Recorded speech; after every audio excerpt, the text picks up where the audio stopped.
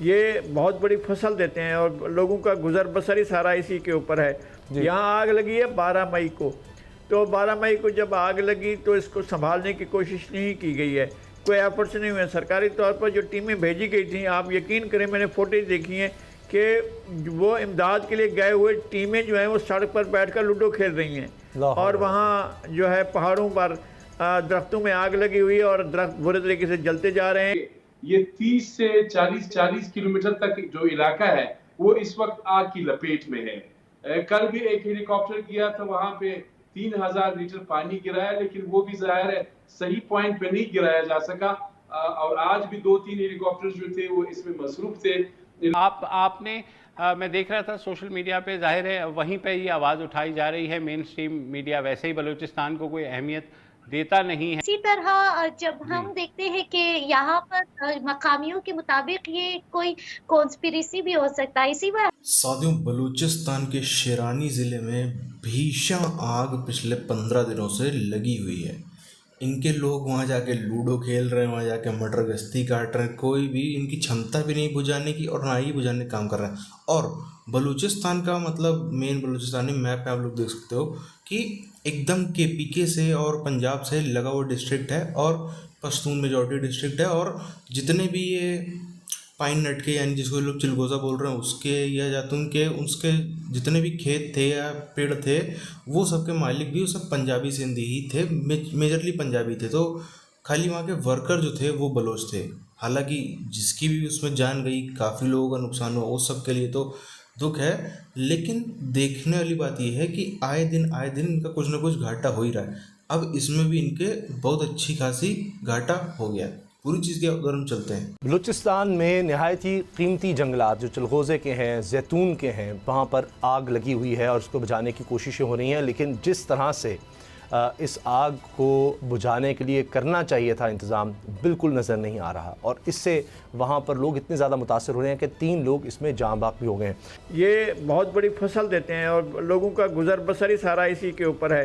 यहाँ आग लगी है 12 मई को, तो 12 मई को जब आग लगी तो इसको संभालने की कोशिश नहीं की गई है, कोई एफर्ट्स नहीं हुए। सरकारी तौर पर जो टीमें भेजी गई थी, आप यकीन करें मैंने फुटेज देखी है कि वो इमदाद के लिए गए हुए टीमें जो हैं वो सड़क पर बैठकर लूडो खेल रही हैं और वहाँ जो है पहाड़ों पर दरख्तों में आग लगी हुई है और दरख्त बुरे तरीके से जलते जा रहे हैं। नहीं है कि जैसे सैन फ्रांसिस्को में आग लगती है या और इलाकों में आग लगती है, ऐसी आग है जिसका काबू नहीं पाया जा सकता। इस आग पर काबू पाया जा सकता था और अब भी काबू पाया जा सकता है। अब इसको 11वां 12वां दिन है और आग जो है वो कम नहीं हो पा रही है या उसको खत्म नहीं किया। जो एक तिहाई जंगलात हैं वो तो पहले ही मुतासर हो चुके हैं और कहा जा रहा है कि जी कोई बाकी जंगलात को बचाया जा सके। पहले ही हमारे यहाँ ये बहुत ज़्यादा ज़रूरी है। जैतून, चिलगोज़े ये बड़े कीमती हैं पाकिस्तान के लिए, हमें बाहर से चीज़ें मंगवानी पड़ती हैं। आगे जाते हैं तो योग का और किला सैफुल्ला का इलाका, यहाँ पर ही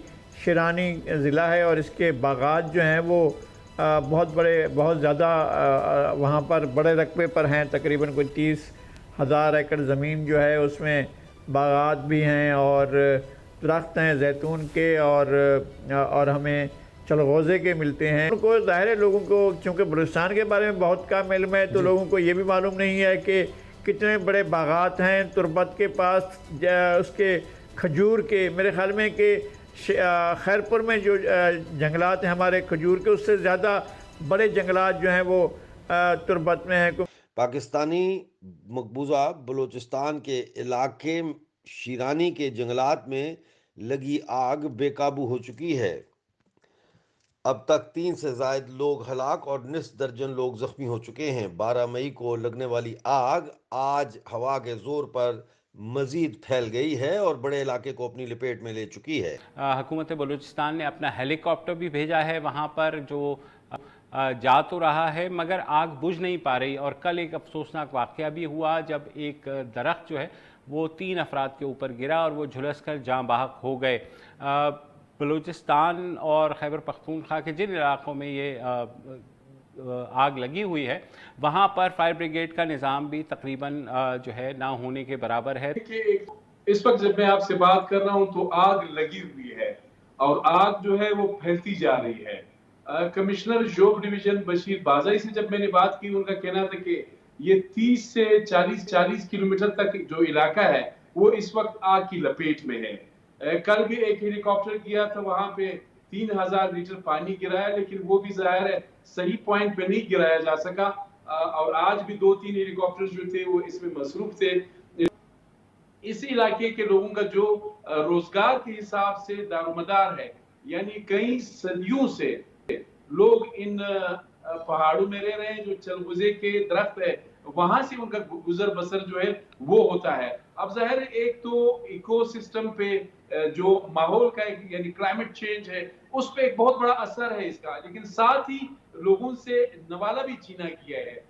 खासकर जब आपने बात की कि ये 9 मई से एक दरख्त में आग लगी और वो दरख्त जो है 7 लोगों पर आग गिरा, उसके नतीजे में 3 अफराद जो है जाए वक़्वा पर झुलस कर जाम बहक हो गए, 4 जख्मी हो गए। आपने मैं देख रहा था सोशल मीडिया पे, जाहिर है वहीं पे ये आवाज़ उठाई जा रही है। मेन स्ट्रीम मीडिया वैसे ही बलूचिस्तान को कोई अहमियत देता नहीं है। इसकी वजह से मुझे लगता है कि ये तो गवर्नमेंट की नाअहली है, गफलत भी नहीं है अगर लोग ये कहे कि उनकी गफलत है, क्योंकि बलूचिस्तान में फायर ब्रिगेड का तो कोई सिस्टम नहीं। कोयटा में टोटल जो मेरे इत्तलात है, टोटली कोयटा की पॉपुलेशन के लिए वो 4 फायर ब्रिगेड की गाड़ियां हैं, और बाकी तो आप समझ सकते हैं कि जो सबर्ब्स है वहां पर तो होगा ही नहीं। इसी तरह जब हम देखते हैं कि यहाँ पर मकामियों के मुताबिक ये कोई कॉन्स्पिरेसी भी हो सकता है, इसी वजह उनको लगता है कि ये वुड माफिया की भी कार्रवाई हो सकती है कि चूंकि हमें नहीं मिल रही तो आप भी इससे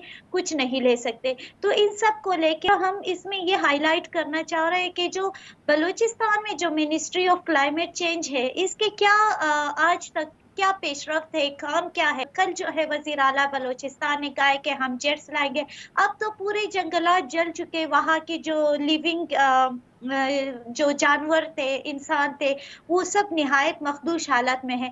अब जब आग आउट ऑफ कंट्रोल है तो ये जाग गए हैं, वो भी इसलिए कि कोई सोशल मीडिया पे कोई शोर उठता है, लोग चीखते हैं, तो मीन्स कि अवाम पानी की भीख मांग रही होती है, अवाम आग बुझाने की भीख मांग रही होती है।